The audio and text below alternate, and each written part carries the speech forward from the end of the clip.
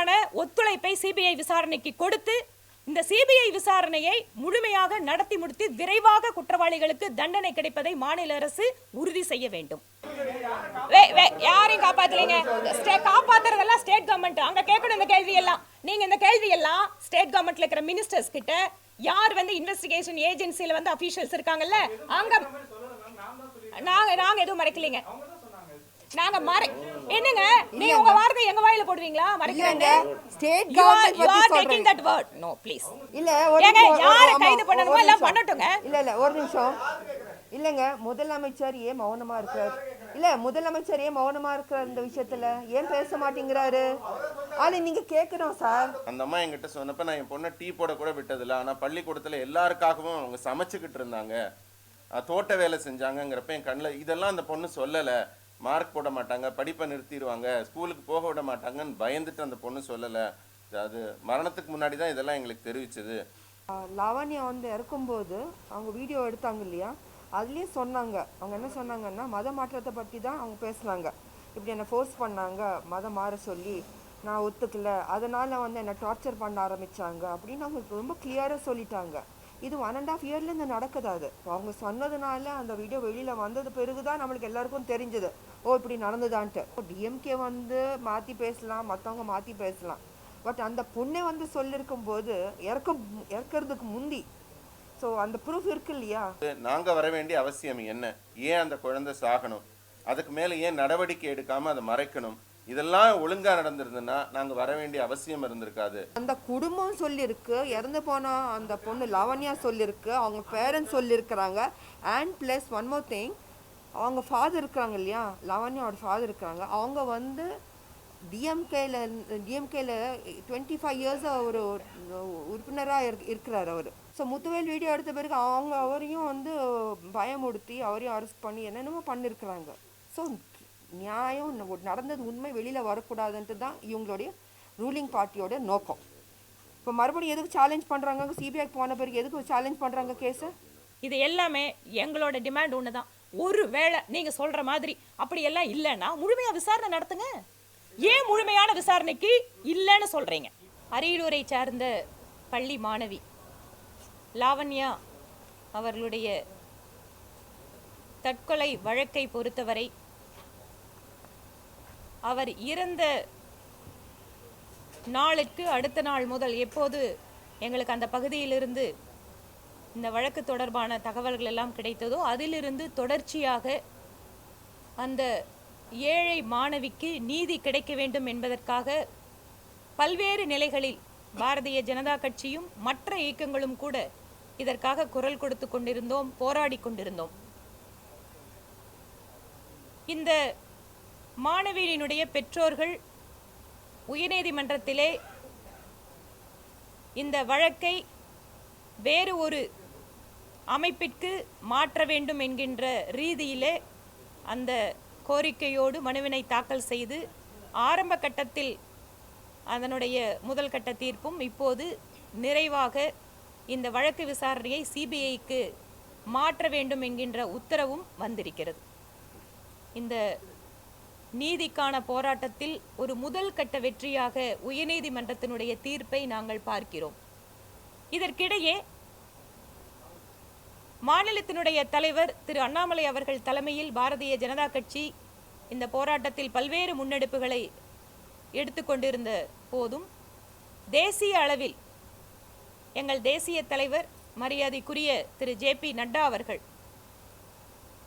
இந்த பாதிக்கப்பட்ட குடும்பத்திற்கு ஆறுதல் தெரிவிக்கவும் பாதிக்கப்பட்ட அந்த மாணவியினுடைய குடும்பத்தை நேரில் சந்தித்து அவர்கள் தரப்பு பிரச்சனையை கேட்டறியவும் இது தொடர்பாக அந்த கிராமத்து மக்கள் அல்லது அரசு அதிகாரிகள் இவர்களை எல்லாம் சந்தித்து ஒரு அறிக்கையை தர வேண்டும் என்பதற்காக 4 பாஜகவினுடைய பெண் நிர்வாகிகளை வைத்து ஒரு குழுவினை அமைத்திருந்தார். திருமதி சந்தியா ராய் பாராளுமன்ற உறுப்பினர், மத்திய பிரதேசத்தை சார்ந்தவர். திருமதி விஜயசாந்தி அவர்கள் தமிழகத்திற்கு நன்கு அறிமுகமானவர், மக்களுடைய அன்பை பெற்றவர்.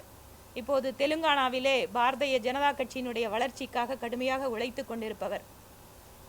திருமதி விஜயசாந்தி அவர்களும், அதே போல திருமதி சித்ரா வாக் மகாராஷ்டிரத்திலிருந்து இந்த குழுவிலே இணைக்கப்பட்டார். எங்களுடைய தேசிய செயற்குழு உறுப்பினர்.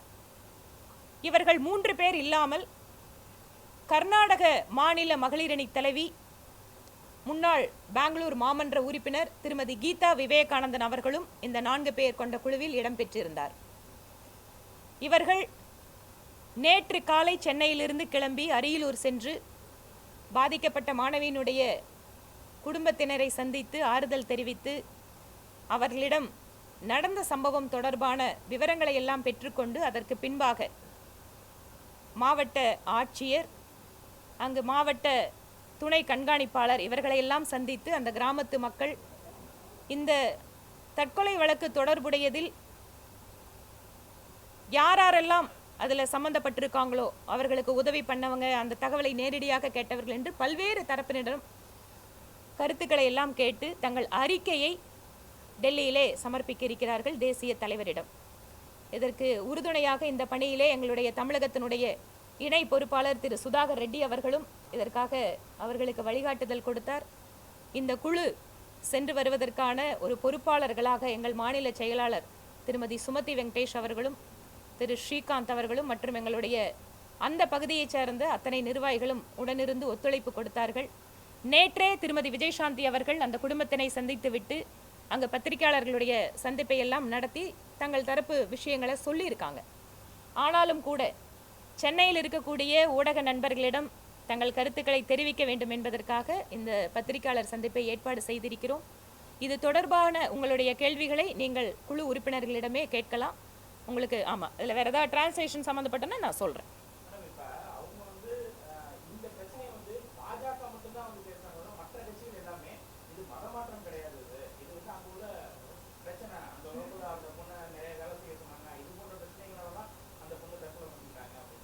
அந்த குழந்தையோட தாயாரிடம் நானும் நேரில் போய் பேசினேன்.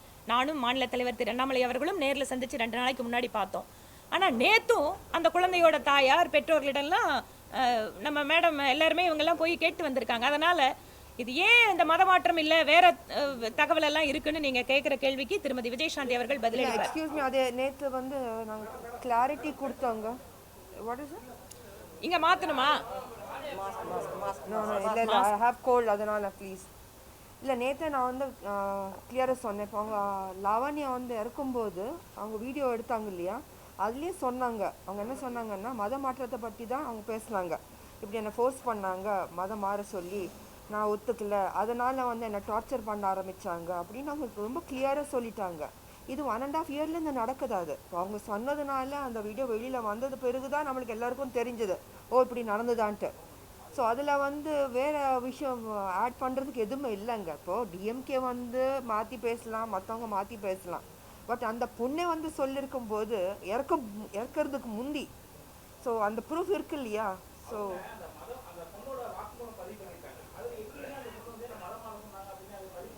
இல்லை இருக்குங்க எல்லாரும் பார்த்துருக்குறாங்க, கிளியராக இருக்குது. நீங்கள் ஒரு வாட்டி செக் பண்ணுங்கள், உங்களுக்கு தெரியும், அது கிளியராக இருக்கும். இல்லைன்னா நாங்கள் எதுக்கு பேசுவோம்? இப்போ இல்லாத ஒரு விஷயம் வந்து நாங்கள் வந்து அது வந்து ஒரு என்னமோ பூதத்தில் காட்டுற மாதிரி இல்லைங்க. அது true, that's what we been telling. அந்த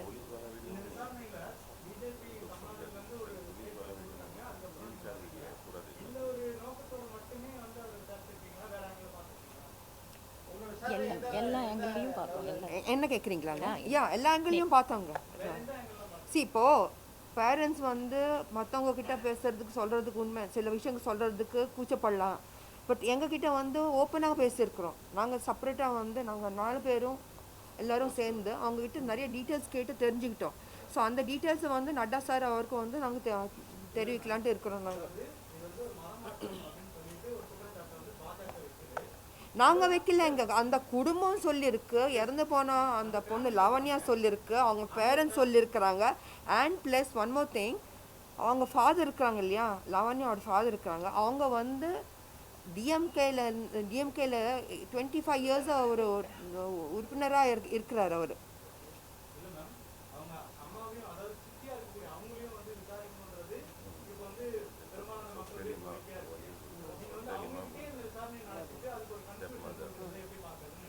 இல்லைங்க, 2 சைடும் பார்க்கணும்ல. அவங்க சொல்கிறதையும் நம்ம கேட்கணும் இல்லையா? அவங்க என்ன சொல்கிறாங்க நாங்கள் டீட்டெயிலாக எடுத்துக்கிட்டோங்க. ஸோ ஃபைனலாக வந்து நாங்கள் ரிப்போர்ட் நட்டா சார் கொடுக்கோம். அவங்க பார்ட்டி வந்து டிசைட் பண்ணோம் what is the fact and what is the truth. Permission கொடுக்கல. கலெக்டர்கிட்ட பேசணும் நேற்று. கலெக்டர் அந்த கிராமத்துல பக்கத்து வீட்டுல இருக்கிறவங்க, அவங்க சொந்தக்காரங்க, எங்களுக்கு யாரெல்லாம் தெரியுதோ எல்லாத்துக்கிட்டும் கேட்டாங்க.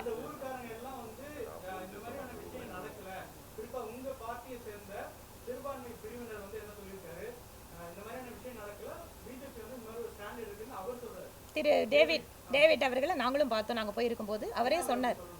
அதான் சொல்றாரு, நான் படிச்ச பள்ளி, அந்த பள்ளிக்கு ஒரு கெட்ட பேர் வந்தக்கூடாதுங்கிற இனிஷியல் சொன்னேன். இதுக்கப்புறம் நான் புரிஞ்சுட்டேங்கிறாரு. நாங்கள் எக்ஸ்பிளைன் பண்ணோம் அவருக்கு. ஆமா, அவருக்கு தான் டேவிட்டுக்கு தான் நாங்களே சொன்னோம். இந்த மாதிரி இதை வந்து நீங்க மத ரீதியா பார்க்காதீங்க. ஒரு இன்ஸ்டிடியூஷன் நடத்திட்டு இருந்தா கூட ஒரு குறிப்பிட்ட சம்பவம் நடந்ததுன்னு சொன்னா அது ஏதோ குறிப்பிட்ட மதத்துக்கு எதிரானதுன்னு பார்க்க கூடாது. அந்த குற்ற செயலை வச்சு மட்டும்தான் நம்ம முடிவு பண்ணோம் அப்படின்னு சொன்னா அது அவர் கரெக்ட் தான். நான் வந்து ஒரு எமோஷனல பேசிட்டேன்னு அதுக்கப்புறம் எங்ககிட்ட சொன்னார். கலெக்டர் இல்லை, சிபிஐ கிட்ட இருக்குல்ல, அது டோட்டலாக வந்து இல்லை அவர் சொல்கிறது சிபிஐயில் இருக்குது. அதுக்கு தாண்டி நாங்கள் பேச முடியாது. பட் நான் சொன்னேன், அவங்க ஃபேமிலியில் வந்து அந்த சின்ன குழந்தைங்க போயிட்டு போலீஸ் அவங்க வந்து டார்ச்சர் பண்ணுறாங்க. இல்லை உங்கள் அம்மாவுக்கு எவ்வளோ பணம் கொடுத்தாங்க, என்ன ஏதுன்ட்டு சின்ன பசங்களை நீங்கள் போய் இந்த கேள்வி கேட்டால் கேவலமாக இருக்குங்க. அவங்களுக்கு என்ன தெரியும்? 4 வயசு பசங்க கூப்பிட்டு உங்கள் மதருக்கு எவ்வளோ பணம் கொடுத்தாங்க, என்ன நடந்ததுன்னு கேட்டால் கரெக்ட் இல்லை. ஸோ அவங்கக்கிட்ட நாங்கள் சொன்னோம், நாங்கள் எங்கே வந்து அவங்க குடும்பத்தில் வந்து நீங்கள் வந்து ப்ரெஷர் போட்டு போலீஸ்காரங்க போய் மிரட்டி இப்படி என்ன கேட்டாங்க என்ன கொடுத்தாங்க இதெல்லாம் கேட்குறது தவறுங்க. அதோட கொஞ்சம் ஆக்ஷன் எடுங்கன்ட்டு அதுவும் நாங்கள் சொன்னோம். கொஞ்சம் வந்து நீங்கள் நியூட்ரலாக இருங்க, ஒன் சைடாக இருக்க வேணாம். இந்த விஷயத்தில் கொஞ்சம் சீரியஸாக கொஞ்சம் நியூட்ரலாக இருந்து எங்களுக்கு ஒரு நியாயம் நடக்கணும் அந்த குடும்பத்துக்கு. அதுக்காக தான் நாங்கள் சொல்கிறோம் சார், அந்த குடும்பத்துக்கு நியாயம் நடக்கணும். நாங்கள் எங்கள் சைட்லேருந்து, எங்கள் பிஜேபி சைட்லேருந்து 10 lakhs நாங்கள் காம்பன்சேஷன் கொடுத்தோம். And government has to give 1 crore அந்த ஃபேமிலிக்கு கொடுக்கணும். அந்த குடும்பத்தை அவங்களும் டிஎம்கே தான். அப்போ டிஎம்கே அவங்க ஒரு குடும்பத்திற்கு இந்த அநியாயம் நடந்த பிறகு யாரும் பார்க்க மாட்டாங்களா? So we are just neutral. நாங்கள் ஒரு பார்ட்டி பரவங்க நாங்கள் பார்க்கலங்க. ஒரு பொண்ணுக்கு அநியாயம் நடந்தது, அந்த பொண்ணு இறந்துச்சு, ஒரு பிரைட் ஸ்டூடெண்ட்டு. ஸோ அந்த பொண்ணுக்கு நியாயம் நடக்கணும். அண்ட் அதர் திங் என்னன்னா, இந்த கான்வென்ட்டில் இப்படி நடக்கும்போது மற்ற கான்வென்ட்டில் கூட நடக்காமல் இருக்கிறதுக்கு என்ன சான்ஸ் நடக்கும் இல்லையா? ஸோ ஒட்டுமொத்த தமிழ்நாடு மக்களும் கொஞ்சம் கேர்ஃபுல்லாக இருக்கணும். இந்த மதத்தை மாற்ற சொல்லி ப்ரெஷர் பண்ணுறது குழந்தைங்க கிட்ட, இந்த சப்ஜெக்டை கொண்டு வர்றது அது கரெக்ட் இல்லைன்ட்டு எங்களுடைய ஆர்குமெண்ட்டு. ஸோ அது கூட கொஞ்சம் சீரியஸாக எடுத்துக்கிட்டால் பெட்டராக இருக்கும்ன்ட்டு நாங்கள் சொல்ல விரும்புகிறோம். பாரு தமிழ்நாடு மக்கள் அவங்க மதர் அண்ட் ஃபாதர்ஸ் எல்லாருக்கும் கான்வென்ட்டில் யாராவது பசங்க படிக்கிறாங்களோ இப்போ எஜுகேஷன் நல்லா இருக்கும்ட்டு நீங்கள் போடலாம் கான்வென்ட்டில். பட் அங்கே கான்வென்ட்டில் என்ன நடக்குது, இந்த பொண்ணு சொன்னதுனால தானே எங்களுக்கு தெரியுது, இல்லைன்னு எங்களுக்கு தெரிஞ்சிருக்காது. இப்படி நடந்தது, எங்களை மதம் மாற்ற சொல்லி எங்களை மேலே ப்ரெஷர் போட்டாங்கன்னு சொன்ன பிறகு தான் எங்களுக்கு தெரிஞ்சது, உண்மை வெளியில் வந்தது. ஸோ தமிழ்நாட்டில் மற்ற கான்வென்ட் ஸ்கூல்ஸ்லையும் இந்த மாதிரி நடக்காமல் இருக்கிறதுக்கு கொஞ்சம் சீரியஸ் ஆக்ஷன் எடுங்க, பார்த்துக்குங்க. முதலமைச்சர் ரொம்ப சைலண்ட்டாக இருக்கிறார், அவரும் பேசினா நல்லாயிருக்கும், அவரும் சீரியஸ் ஆக்ஷன் எடுத்தால் நல்லாயிருக்கும். ஒன்றுமே சொல்ல மாட்டேங்கிறாரு. ஏன் அவ்வளோ மௌனமாக இருக்கிறான் எங்களுக்கும் புரியல. நாங்கள் நியாயமாக தான் கேட்குறோம். அந்த குடும்பத்தையும் பாருங்கள், நியாயம் நடக்கணும், இறந்து போன பொண்ணுக்கு ஆத்ம சாந்தி அடையணும். இதுதான் நாங்கள் சொல்கிறோம். நாங்கள் அது மற்றபடி இங்கே அரசியல் பண்ணுறதுக்கு எதுவுமே இல்லைங்க. ஒரு குடும்பத்துக்கு இப்படி அநியாயம் நடந்திருக்கு, ஸோ அது கொஞ்சம் பாருங்கன்னு தான் நாங்கள் சொல்கிறோம். ஆக்சுவலாக டிஎம்கே பண்ணணும், ரூலிங் பார்ட்டி பண்ணணும், ஒன்றுமே பண்ண மாட்டேங்கிறாங்க. யார் தப்பு செஞ்சாங்க, யார் வந்து இதுக்கு அந்த பொண்ணை தூண்டி விட்டாங்க, பிரெயின் வாஷ் பண்ணாங்க, எதனால அந்த பொண்ணு இறந்துருக்கு, இதெல்லாம் பார்க்கணும் இல்லையா? So why is not doing?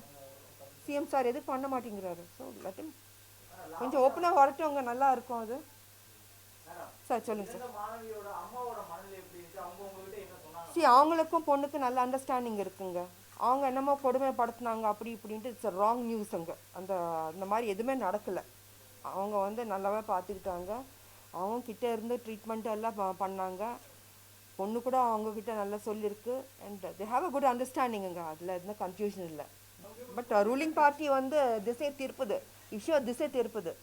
So don't do that அப்படின்ட்டு எங்களுடைய ரெக்வஸ்ட்.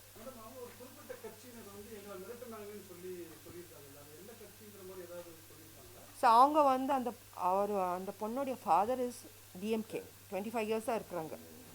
அவங்க பார்ட்டி ஆளுங்களை வந்து மிரட்டுறாங்க. ஸோ உண்மை வெளியில் வரக்கூடாதுன்ட்டு இப்போது வீடியோ எடுத்த ஒரு முத்துவேல் இல்லையா, முத்துவேல். ஸோ முத்துவேல் வீடியோ எடுத்த பிறகு அவரையும் வந்து பயமுடுத்தி அவரையும் அரெஸ்ட் பண்ணி என்னென்னமோ பண்ணியிருக்கிறாங்க.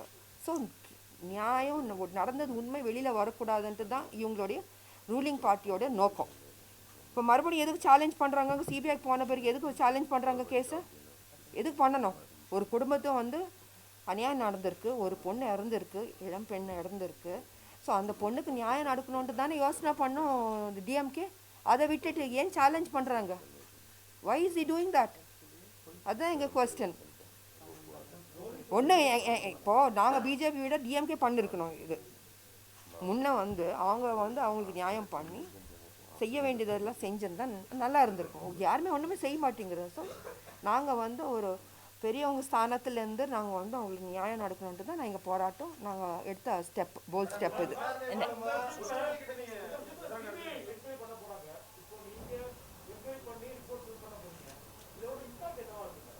சார் இம்பேக்ட் என்னன்னா இருந்தாலும் நியாயம் நடக்கணும் சார். இம்பேக்ட் ஏன்னா இது பெரிய ஒரு டிஃப்ரெண்ட் இஷ்யூ இல்லை, சென்சிட்டிவ் இஷ்யூ. ஒரு பொண்ணு இறந்துருக்கு, அதில் சம்திங் நியாயம் நடக்கணும். கவர்மெண்ட் சொல்கிறது கரெக்டாக இல்லைல்ல. ஒரு மதத்தை நீங்கள் சப்போர்ட் பண்ணுறீங்கன்னு எங்களுக்கு தெரியுது. ஓவராலாக நாங்கள் பார்க்கும்போது டிஎம்கே வந்து ஒரு மதத்துக்கு வந்து சப்போர்ட் கொடுக்குது. இப்போது 80% ஆஃப் ஹிந்துஸாக இருக்கிறாங்க இந்தியா மொத்தம். ஏன் ஹிந்துஸ் நீங்கள் சப்போர்ட் பண்ண மாட்டேங்கிறீங்க? இங்கே நாங்கள் அந்த டோட்டல் பிக்சரை பார்க்கும்போது you're supporting Christians. Okay, support பண்ணுங்கள், இல்லைன்னு சொல்ல. எல்லா மதம் நல்ல மதங்க, எல்லா மதத்துலேயும் நல்லவங்க இருக்கிறாங்க. ஆனால் சில பேர் செய்கிற தவறுக்கு ஒட்டுமொத்த மதத்துக்கும் கெட்ட பேர் வருது இல்லையா? ஸோ அது வந்து பாசிட்டிவாக எடுத்து ஒரு ஆங்கிளில் தான் பார்க்குறாரு முதலமைச்சர். மற்ற ஆங்கிளையும் பார்க்கணும். அந்த சைடு என்ன நடந்தது அந்த இன்ஃபர்மேஷனும் எடுக்கணும். அவரே முன் வந்து ஓகே ஃபைன், இவங்களுக்கு அநியாயம் நடந்தது, அந்த பொண்ணை வந்து தூண்டி விட்டாங்க, மதத்தை மாற சொன்னாங்க, ஸோ அதனால் அந்த பொண்ணு இறந்துட்டாங்க, so something has to be done அந்த குடும்பத்துக்கு. நாங்கள் வந்து இருந்து நாங்கள் அவங்களுக்கு நியாயம் பண்ணோம், அது சொல்லியிருக்கணும் முதலமைச்சர். அவர் ஒன்றுமே சொல்ல. ஸோ நாங்கள் அந்த ஸ்தானத்தில் வந்து we are doing the best. அந்த குடும்பத்தை வந்து பாதுகாக்கணும், நல்லது நடக்கணுன்ட்டு தான் எங்களுடைய நோக்கம். தவிர இதில் அரசியல் பண்ணுறதுக்கு எந்த நோக்கமும் இல்லைங்க. We are very clear. எங்கள் நட்டா சாரும் ரொம்ப அப்செட் ஆனார். வாட் இஸ் திஸ், என்ன நடக்குது இது அப்படின்ட்டு. ஏன் இப்போதான் இந்த மதம் மாற்றத்துக்கு ரொம்ப சீரியஸாக எடுத்து கான்வென்ட்லேருந்து ஸ்டார்ட் ஆகிருக்கு இந்த இஷ்யூஸ். ஸோ என்ன இன்னொன்று ஒரு நிமிஷம் சார். இன்னொன்று என்னன்னா, அங்கே பிரைட் ஸ்டூடெண்ட்ஸ் யார் இருக்கிறாங்களோ, இப்போ மேபி யூ டேக் இட் ஹிந்துவில் வந்து பிரைட் ஸ்டூடெண்ட், ஷீஸ் ஹிந்து, அவங்க ஹிந்துவில் பிரைட் ஸ்டூடெண்ட்டாக இருக்கிறாங்க. அவங்கள வந்து வில் டேக் அவங்கள வந்து இதில் மதம் மாற்றிடலாம் டு கிறிஸ்டியானிட்டி. ஸோ எங்கள் கிறிஸ்டியானிட்டியில் வந்து பிரைட் ஸ்டூடெண்ட்ஸ் இருக்கிறாங்க காட்டிக்கிறதுக்குன்ட்டு அது ஒரு டிஸ்கஷன் நடக்குது. எங்களுக்கு வந்த இன்ஃபர்மேஷன், அதுவும் நான் உங்ககிட்ட சொல்கிறோம். குழந்தையோட அம்மா சொன்னாங்க, உங்க குழந்தை நல்லா படிக்கிறா, இதெல்லாம் நாங்க நேரடியாவே கேட்டது. உங்க குழந்தை நல்லா படிக்கிறா, அதனால அவளை நாங்க எடுத்துக்கிறோம் அப்படின்னு சொல்லிட்டு அந்த என் பொண்ணுகிட்டவும் சொன்னாங்க. நீ கல்யாணம் பண்ணி என்ன பண்ண போற, நீ வந்து இது மதம் மாத்திட்டு இங்க வந்து நீ இருந்துக்கலாம் அப்படின்னு சொல்லிட்டு சொன்னாங்க. இதையெல்லாம் நான் அப்பவே எதிர்த்தேன். ஆனா ஒன்லி திங், அந்த குழந்தை +1 +2 படிக்குது. இந்த நேரத்துல வந்து வேற இடத்துல ஸ்கூல் டிசி வாங்கிட்டு போய் என்னால மாத்த முடியல. இந்த குழந்தை அவங்க அம்மா கிட்ட நல்ல உறவு இருக்கிறதால தான் எல்லாத்தையுமே அவங்க கிட்ட வந்து அவ ஷேர் பண்ணிட்டே இருந்திருக்கா. அதனால இது அப்படி இருக்குமா, இப்படி இருக்குமா, புதுசா இந்த மாதிரி கதைங்க, இது எல்லாமே எங்களோட டிமாண்ட் ஒண்ணுதான். ஒரு வேளை நீங்க சொல்ற மாதிரி அப்படி எல்லாம் இல்லைன்னா முழுமையா விசாரணை நடத்துங்க. ஏன் முழுமையான விசாரணைக்கு இல்லைன்னு சொல்றீங்க?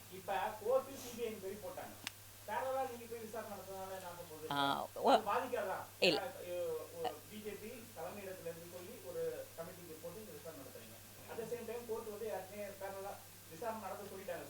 நாங்க எந்த இடத்துலயும் விசாரணை போய் இன்டர்ஃபியர் பண்ணல, இல்ல விசாரணைக்கு வந்து வேற எதுவும் புதிதாக சாட்சியங்களை உருவாக்கல.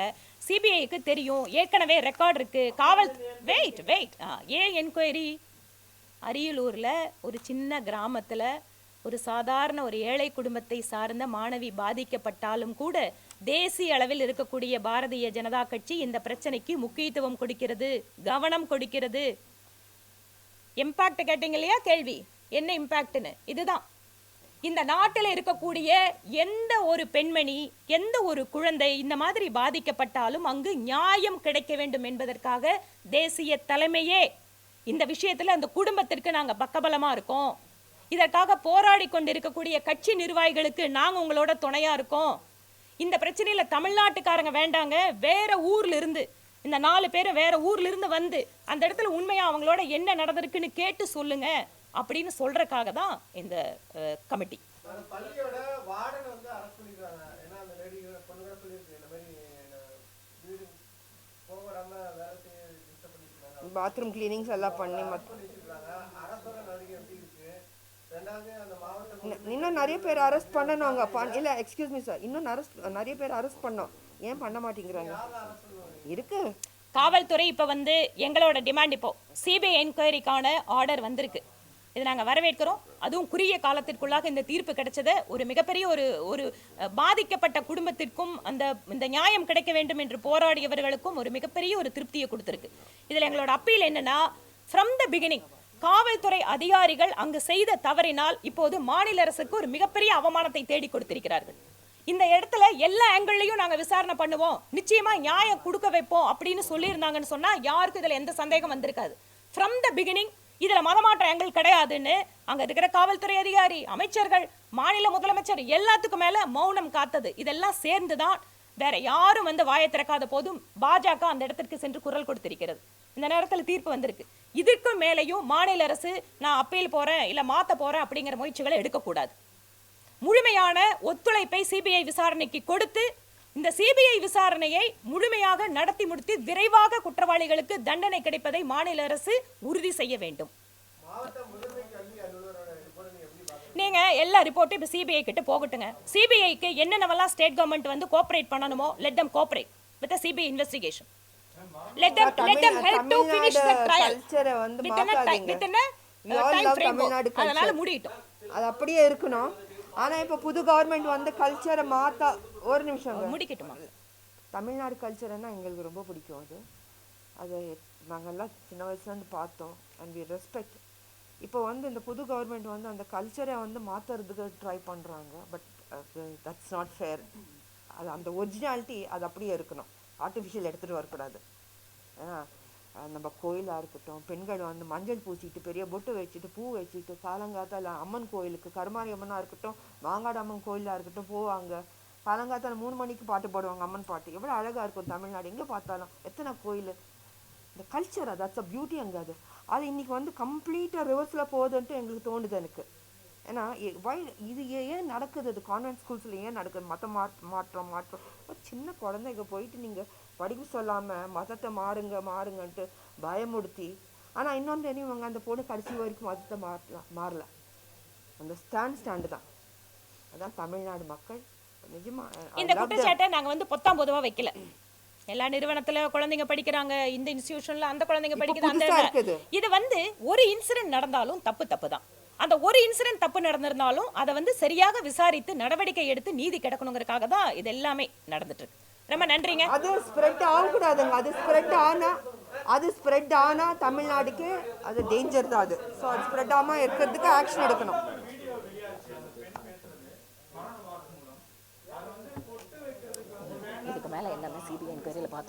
இல்ல நான் என்னுடைய பர்சனல் நான் சொன்னது தமிழ்நாடு கல்ச்சரை பத்தி நான் பேசினது.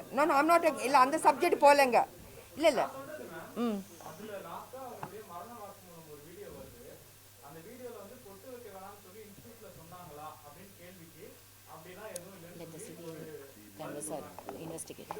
இப்போ நம்ம ஒரு நிமிஷம் சார். இப்போ எங்களுக்கு நாங்கள் அங்கே பேசினது உங்களுக்கு வந்து நாங்கள் சொல்லிட்டோம், கிளியராக நாங்கள் சொன்னோம். இல்லை கிளியராக சொன்னோம். சில விஷயங்கள் வந்து நாங்கள் வெளியில் சொல்ல விரும்பலை. பிகாஸ் சிபிஐயில் இருக்கிறதுனால உண்மை வெளியில் வரட்டோங்க. யார் தவறு பண்ணாங்களோ, யார் தூண்டுதல் பண்ணாங்களோ, யார் இதுக்கு பின்னால் இருக்கிறாங்களோ அவங்க வந்து கண்டிப்பாக தண்டனை கிடைக்கணும் அவங்களுக்கு. இல்லை சார், நாங்கள் மேக்ஸிமம் சொல்லிட்டோம். நாங்கள் யாரையும் காப்பாத்தலீங்க. காப்பாத்துறதெல்லாம் ஸ்டேட் கவர்மெண்ட். அங்க கேட்கணும் இந்த கேள்வி எல்லாம். நீங்க இந்த கேள்வி எல்லாம் ஸ்டேட் கவர்மெண்ட்ல இருக்கிற மினிஸ்டர்ஸ் கிட்ட, யார் வந்து இன்வெஸ்டிகேஷன் ஏஜென்சில வந்து அபிஷியல்ஸ் இருக்காங்கல்ல அங்க நாங்க எதுவும் மறைக்கலீங்க.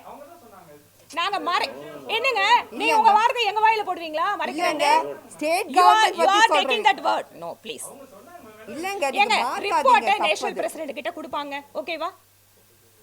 சொல்லுங்க. இல்ல யாரை கைது பண்ணணுமோ எல்லாம் பண்ணட்டுங்க. இல்ல ஒரு நிமிஷம். இல்ல ஒரு நிமிஷம். ஸ்டேட் கவர்மெண்ட் பத்தி சொல்றேன். இல்லங்க, ஸ்டேட் கவர்மெண்ட் பத்தி சொல்றேன். ஸ்டேட் கவர்மெண்ட் பத்தி சொல்றேன். ஸ்டேட் கவர்மெண்ட் பத்தி சொல்றேன். இல்ல ஒரு நிமிஷம். இல்ல ஒரு நிமிஷம். இல்லைங்க, முதலமைச்சர் ஏன் மௌனமா இருக்கிறார்? இல்ல, முதலமைச்சர் ஏன் மௌனமா இருக்கிறார் இந்த விஷயத்துல? ஏன் பேச மாட்டேங்கிறாரு? அது நீங்க கேட்கணும் சார். எங்க மாத்தி பேசணும்னா எப்படிங்க? உண்மை பேசணும்ல. லாட்டா what What instance? Before two, and right now a committee has been formed by BJP High Command. Can we expect in the coming days too, like the committee will be formed if same such kind of incidents happen in the future? periodically since I could able to answer this, periodically the national leadership is making this kind of a committees wherever this kind of an incidents are happening all over the nation. Even I was part of some of the committees before. About the identity which has been revealed by the President Annamalai, will you also take up this issue and how you given advice? Already he has replied for that. The same question have been raised before him and he has replied for that. As per the inquiry committee, enquiry கமிட்டியில் அதில் வந்து அவசியம் இல்லைங்க. Enquiry கமிட்டியோட purpose வந்து already I have explain. Okay,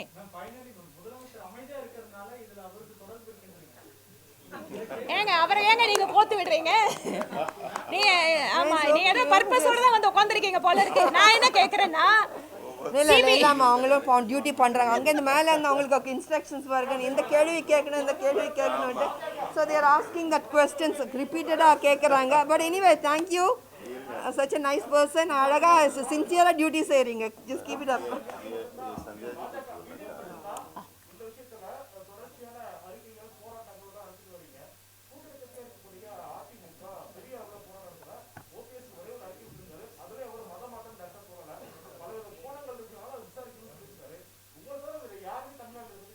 அதனால தான் எங்களுக்கும் வருத்தமாக இருக்குது. ஏங்க இந்த மாதிரி ஒரு குற்றம் நடந்தால் மற்றவங்க பேசக்கூடாதா? நீங்கள்லாம் பேசாதால தாங்க நாங்கள் பேசுகிறோம்.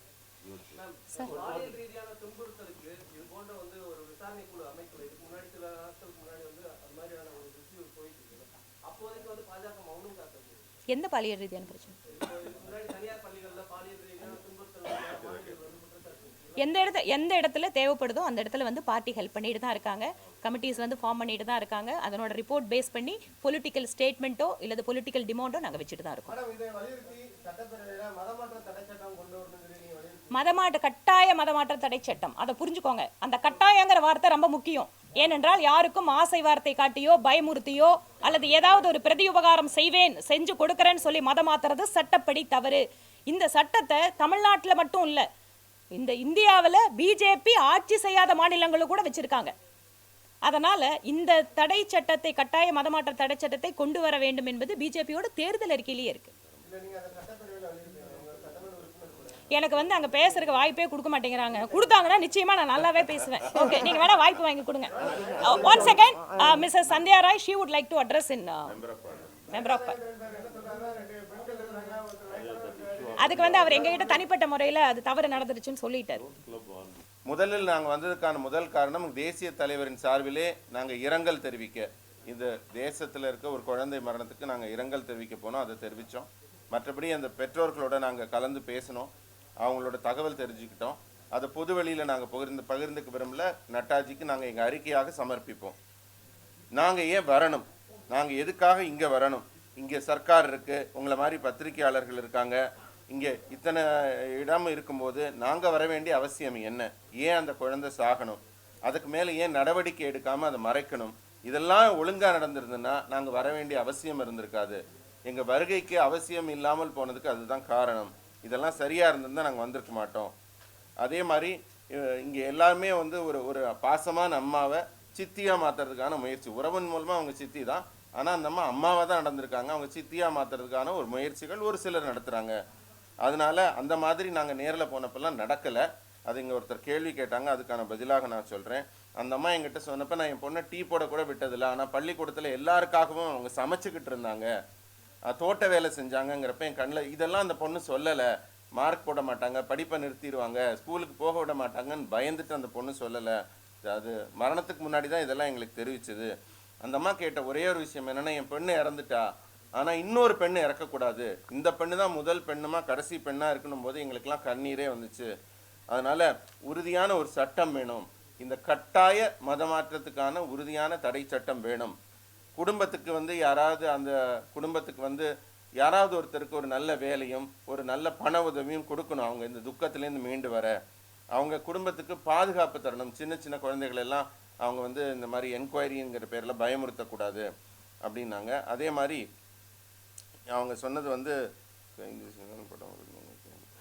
இப்போ கைது செய்யப்பட்டவரோட படமே யாரை கைது பண்ணியிருக்காங்க, எப்போ கைது பண்ணியிருக்காங்க, அவங்க எங்கே இருக்காங்க, எந்த தகவலும் வரல.